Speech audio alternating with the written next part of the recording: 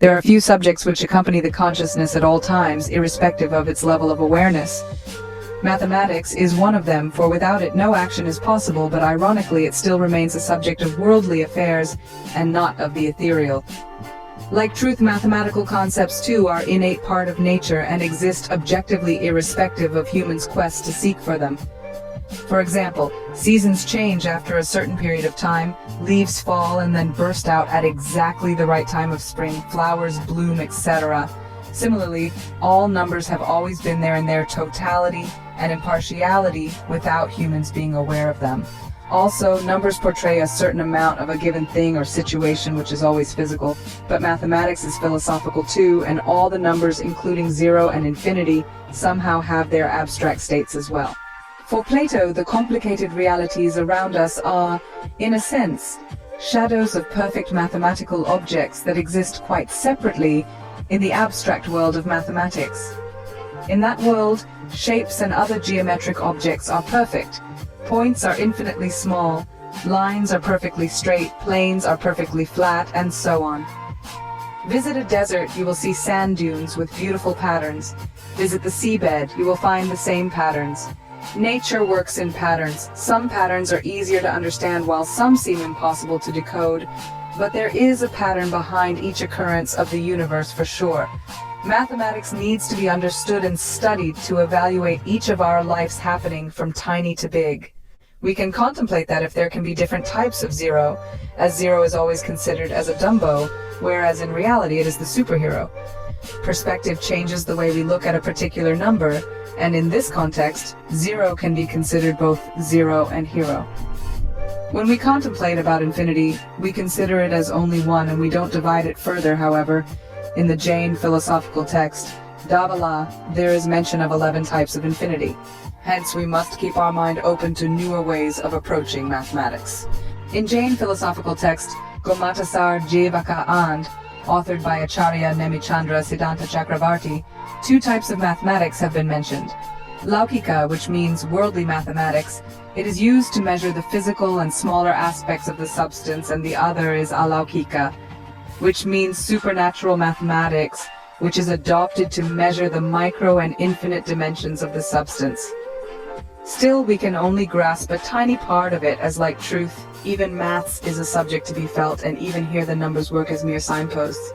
We see many passionate teachers who teach mathematics, a subject only a few are comfortable with different, easier, and more creative approaches. This way, we can say that we all are equipped with it. We only need to find our very own unique way to understand this beautiful and philosophical subject. It's the most important subject of our lives, which provide a whole array of researches to decode the patterns hidden in the universe, just like the 0 and infinity can be compared with the states of the Ayoga, Kevali, and Siddha, respectively. Notice your surroundings, the birds, the animals, your pets, and you will see they all calculate. Despite being unaware of numbers created by humans, they are somehow acquainted with calculations, for even in taking a flight, or jumping from one branch to another, or attacking a prey, or simply getting up from one place to sit on another, all require some sort of calculation. This is how important mathematics is. Without it, nothing is possible. One need not to be a genius in the subject, however, everyone is inevitably acquainted with it, for without it, no thought, no idea, no creation, be it art or otherwise, can take place. Not only that, all things known have number, for without this, nothing could be thought of or known. We think, we act under the influence and with the help of numbers. Numbers rule the physical realm, and without a doubt the universe is the best in dealing with numbers, and hence the best mathematician, who keeps track of each of the tiny and mega happenings, acts and reacts accordingly and fairly. Italian astronomer, physicist, and engineer Galileo Galilei expressed, "The laws of nature are written by the hand of God in the language of mathematics." Nature enacts in beautiful patterns, and so does mathematics. One cannot understand the workings of the universe without understanding mathematics. Whether the universe has a beginning or not, it is a separate topic of discussion, but if it has a point of being created, it could have been due to numbers for sure. In numbers lay power, even possibly the power that had created the universe. Numbers were the key to vast knowledge. the sort of knowledge that would raise one's soul to a higher level of immortality, where it would rejoin the divine. For numbers take one to a journey of possibilities in positive as well as negative directions, where there is infinity in both the directions. Further contemplation about numbers gives a hint that through a deeper understanding of them, one can understand even the journey of the soul. However, just like rationality, numbers and hence mathematics are the subjects of the worldly matters. Albert Einstein once said, "The intuitive mind is a sacred gift, and the rational mind is a faithful servant." We have created a society that honors the servant and has forgotten the gift. Reason is one of the synonyms for rationality, and reason could also be translated as calculation. Mahavirachari mentions in his work Ganit Sarsangra that calculation holds a necessary and respectable place in perceiving all the worldly matters, be it the technique of lovemaking, economics, understanding the musical notes, or in theater, be it making food, constructing and designing buildings, writing a piece of poetic expression, understanding rationality, or any form of art. In all those transactions which relate to worldly, Vedic, or other similarly religious affairs, calculation is of use. In the science of love, in the science of wealth, in music and in the drama, in the art of cooking, and similarly in medicine and in things like the knowledge of architecture. It is well established, too, that the first natural law ever formulated mathematically was the relationship between musical pitch and the length of a vibrating harp string, and that it was formulated by the earliest Pythagoreans. Even in dance, one requires tremendous calculative skills to catch every beat and perform accordingly. Only a genius at calculation can be a magnificent dancer. In the translation of Ganit Sarsangra, Rangachari says, in prosody, in poetics and poetry, in logic and grammar and such other things, and in relation to all that constitutes the peculiar value of all the various arts, the science of computation is held high esteem. The famous German writer Johann Wolfgang von Goethe said, "Music is liquid architecture, architecture is frozen music, and as music is mathematics, architecture is mathematics too, only the form is different." This way we see that not only a person who is good at calculations using formulas can be considered genius in mathematics, but also someone who is an artist of any form like dancing, painting, writing, poetry and prose, even a sports person, an architect, a chef, or one from any other profession can be regarded as a mathematician. This thought, this idea lifts a veil of ignorance from our consciousness, and the vision to see the world, to understand mathematics in a new light becomes clearer, for nothing is possible without calculation. In the infinite ocean of numbers, zero is the center. One may either call it completely devoid of entity, or having the true absolute essence. The latter seems closer to define the power of zero. Irrespective of how zero is used in maths, pondering over it leads one to a peaceful state, where there is no botheration of numbers, possessions, and baggage of physical as well as mental objects. Every positive along with negative integer has its roots in zero, irrespective of how far it is located from it. In the context of consciousness, we may say no matter how much one is lost or wandered, one is never really away from one's own true nature, which is closer to a state similar to zero. Without zero, the calculation of any value is not possible. In fact, value of every integer can be doubted as an absolute one, but perhaps zero is the only one which has the absolute value of nothingness. One can even meditate upon zero to be like it. Contrary to the popular belief about the discovery of zero in Indian mathematics, the oldest known text to refer to zero is a Jain cosmological text entitled the Lokvibhag, the Parts of the Universe, originally composed in Prakrit in 5th century CE. We misunderstand zero totally when we use it as a bar for someone who is incompetent. Zero is quite philosophical, and rather it should be used as a compliment. Zero is the exact center of the infinite ocean of numbers, where on one hand there are positive integers, on the other all negative. And perhaps zero is the only absolute, so much so that it is just a tiny step away from infinity. Just as emptiness of space is a necessary condition for the appearance of any object, The number 0, being no number at all, is the condition for the existence of all numbers. The moment one understands the gist of it, the whole concept of numerals starts to have a different meaning, as if they have found a base, a foundation to relate to. 0 is not a natural candidate for acceptance as a number unlike other numerals. It requires a great leap of thoughts from the concrete to abstract. 0 must have gone through a series of struggles to be accepted as an important part of the number family, and without a doubt the family must have thought later that we were useless and incomplete without it. For the value of 0 cannot be physical or understood with the rationale. It is something to be contemplated upon, to be felt through one's conscience. The Sanskrit word for 0, shunya, means void or empty. It describes a sense of absence with the potential for growth. However, 0 often amuses us, and its value adds on and takes away immensely in and from numbers when kept at different places. For example, it holds a different meaning when placed between two numbers, whereas it lessens the value of a particular number if placed before it. The more there are zeros after any given number, the higher it becomes in ranking. Also, when a number is being multiplied by 0, 0 is powerful enough to convert the number into 0, no matter how higher the number is. 0 is beautiful to understand, and seems to be a valid candidate to be looked upon as a role model. Shunyata is the abstract noun of shunya, describing emptiness, void, etc.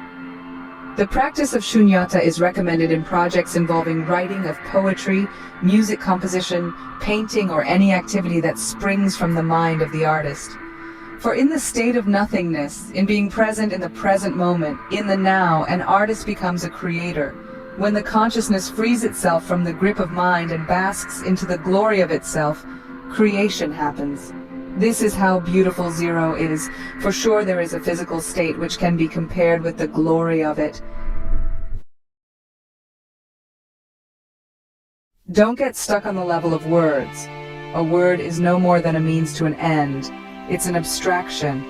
The modern definition of 0 is a value of an independent variable that makes a function equal to 0, the absence of a measurable quantity, having no magnitude or quantity. However, 0 is much beyond this definition. A philosophical approach is required to understand the magnitude of 0. Jainendra Siddha describes the nearest to 0 state as shunya, which is absence of all substances. And we know that in Jain philosophy, substances are 6 in number, namely Jiv, the consciousness, Ajiv, the non-living matter, Dharm, medium of motion, Adharm, medium of rest, Akash, space, and Kal, time. According to this definition, Shunya depicts only the Alokakash, the supracosmic space, whereas all the substances exist together in the Lokakash, the cosmic space. Hence we see that there is a difference in the definitions of 0 and Shunya. 0 is closer to the state of the Ayoga Kevali, whereas Shunya is absence of all substances. Being the purest state of consciousness, the state of the Ayoga Kevali is nothing but consciousness, which depicts that there is only one substance left, and even this substance cannot travel unto the topmost part of the universe without the help of another substance, which is the medium of motion. Due to this definition, 0 becomes a close candidate to be compared with the state that can describe the glory of it, and that is Ayoga Kevali.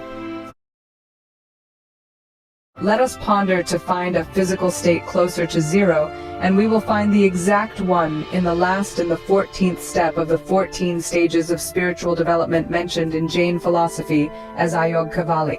Not only that, but also we will see that it is soon going to attain the state of infinity, which is described in the 10th chapter of the ancient text Tattvarth Sutta as Siddha. The journey to become 0 is not an easy one, for one has to understand the whole karma theory, how it works, and the possibility of attaining a state where there is absolutely no karma left. The consciousness and the karma are together since time immemorial. They are intertwined in a way that it is difficult to differentiate between the two, and it is even more difficult for the consciousness to get rid of the same. Though the influx and shedding of karma keep occurring at all times, according to the being's thoughts, words, and actions, however, At a higher spiritual level, the consciousness becomes able to stop the inpour completely. This phenomenon is termed as inhibition. Tattvarth Sudar says, omniscience arises when diluting karma is eliminated, and as a result, knowledge covering, intuition covering, and obstructive karma are eliminated. There is no fresh bondage because the causes of bondage have been eliminated and all destructive karmas have worn off.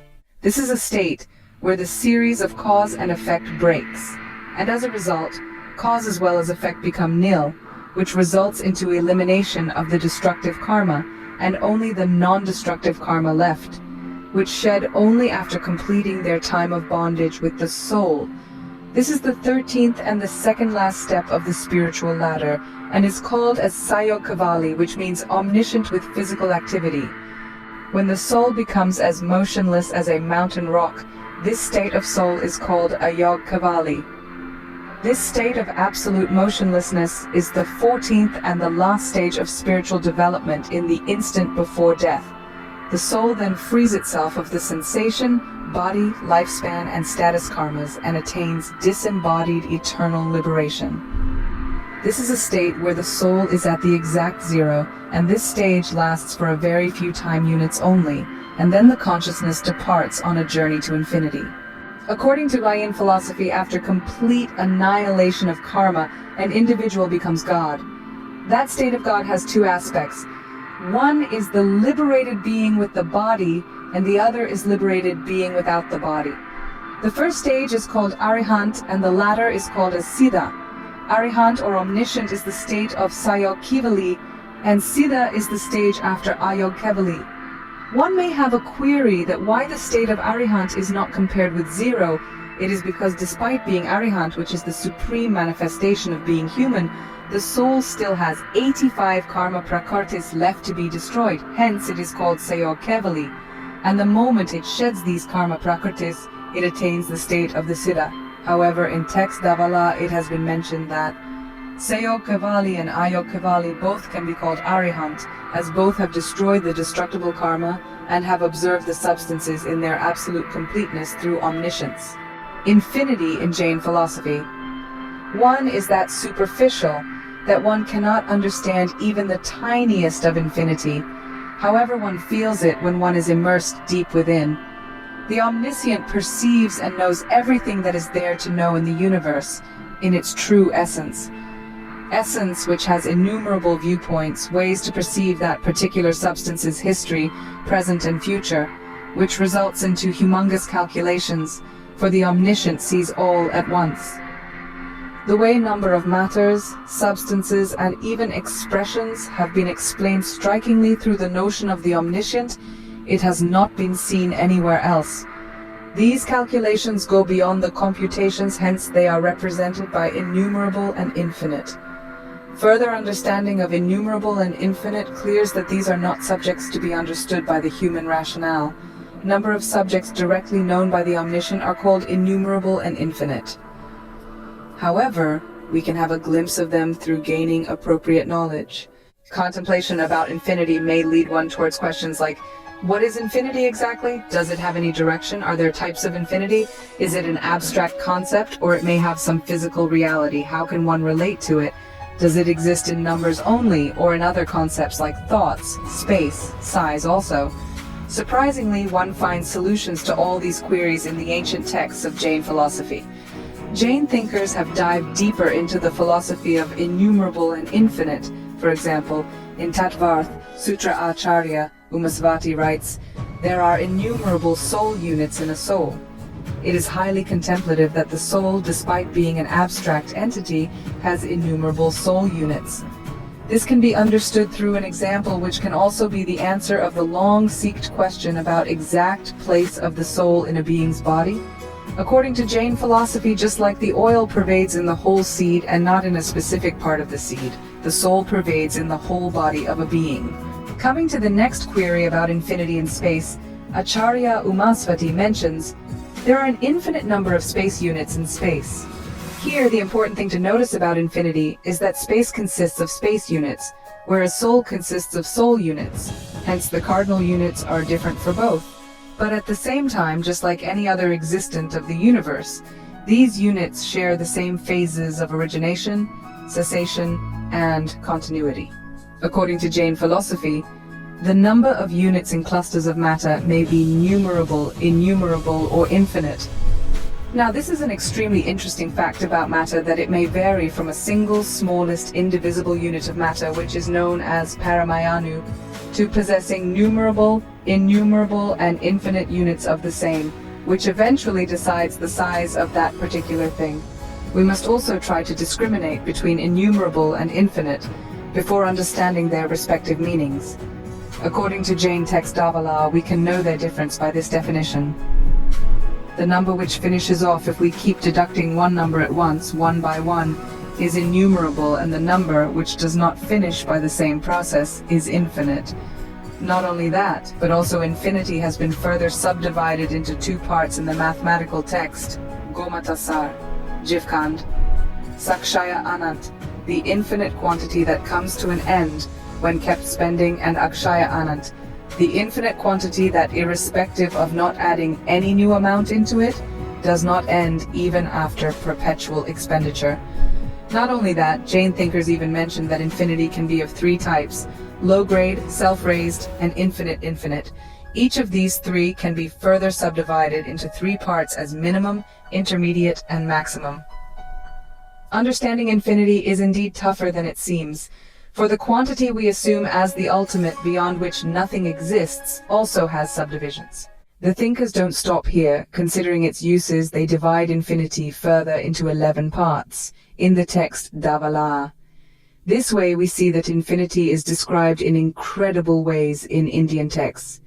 Its study initiates a newer, deeper thought process in one's brain, where one is bound to contemplate it with queries like, it has types. It can be physical as well as abstract. Even infinity can be minimum, moderate, and maximum. It can expand either in one or two directions or in all directions. It can be present not only in numbers but also in thoughts, etc. The Siddha, souls that have attained infinity. Oh, what a state where pervades nothing but purest of consciousness. Infinity of knowledge, perception, bliss, and power. Mere imagination fills one with inner happiness. A state to attain which is the ultimate aim of a soul's journey of lives, deaths, and rebirths. A halt, a stop where there is nothing beyond, no questions, no looking further, but only the real, purest essence.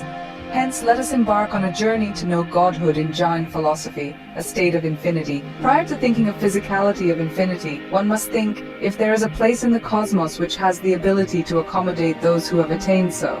In Jain philosophy, one finds that place at the tip of the universe. Siddha are those who have destroyed the restriction of all 8 types of karma, are located at the topmost realm of the universe, are absolute and eternal. Another beauty of Jain philosophy is that it erases the discriminatory barriers of caste and creed when it mentions clearly that each soul is worthy to attain the state of a Siddha, the state of Godhood, as there is not only one or few Siddha, but they too are infinite in number. As many beings have attained salvation since time immemorial, and many will continue to achieve this state, following the path of right knowledge, perception, and conduct. It is simple yet profound that whosoever pursue this path will be liberated. However, that is another matter of discussion, that rare are those who are keen to do so, or are even aware of this path. According to Jain philosophy, the elimination of all types of karma is liberation, also known as moksha, salvation and emancipation. Absolutely no karma leads to liberation. When the soul is in the right direction, it works inevitably towards its ultimate goal. A gradual process of gaining knowledge, clarification of perception, and ethical enhancement occurs, which in turn results into shedding of destructible karma. The soul keeps moving towards its true nature of bliss until it achieves its infinity, and then it stays in that state forever. In Tattvarth Sutta, the teacher mentions, when all the karmic bondage is eliminated, the soul soars upwards to the border of cosmic space. Just like a castor seed, such is the nature of liberation. To understand the place where the Siddha reside forever in their true nature, one may study the cosmology described in Jainism. The definition of the universe is that finite, beginning-less, and inartificial part of space, which is surrounded at all sides by the infinite space in which all the 6 substances can be seen, is the universe. To locate the exact residence of the liberated beings, there is Siddha at the crown of the universe, where liberated beings are situated with their body, which is nothing but knowledge. O mathematics, one is obliged to you for being there to help one decoding the secrets of the universe. Only because of you, from the countless cycles of lives, one can now traverse. Just as 0 can be the symbol to represent the state of Ayoga, Kevali, and infinity can be used for the state of the Siddha. Each mathematical symbol, formula, equation may be used to represent complicated human behavior, mental illnesses and disorders, along with exploring the different dimensions of the universe, and if there are not enough formulas to represent so, new formulas can be discovered to deal with the same. For example, profound study of infinity may boggle minds of even the great thinkers. It raises questions like, how could any number equal infinity? Infinity was no place you could reach, no quantity you could plug into an equation, there was no last number. So to understand how a mathematical expression behaved at infinity was to explore an elusive and mysterious terrain out beyond all seeing. And as we saw, the subject of infinity has been dealt in quite detail in Jain philosophical texts. For the Indian genius Srinivas Ramanujan, numbers and their mathematical relationships fairly threw off clues to how the universe fit together. Each new theorem was one more piece of the infinite unfathomed. With this thought from this genius in mind, we can definitely embark on a journey of explorations in the field of research in maths. Through his first love of infinite series, Ramanujan provided a gateway for us to peep into infinity. Imagine square roots of square roots of square roots of, and fractions of fractions of fractions of. Wouldn't they take us to infinity of the micro world?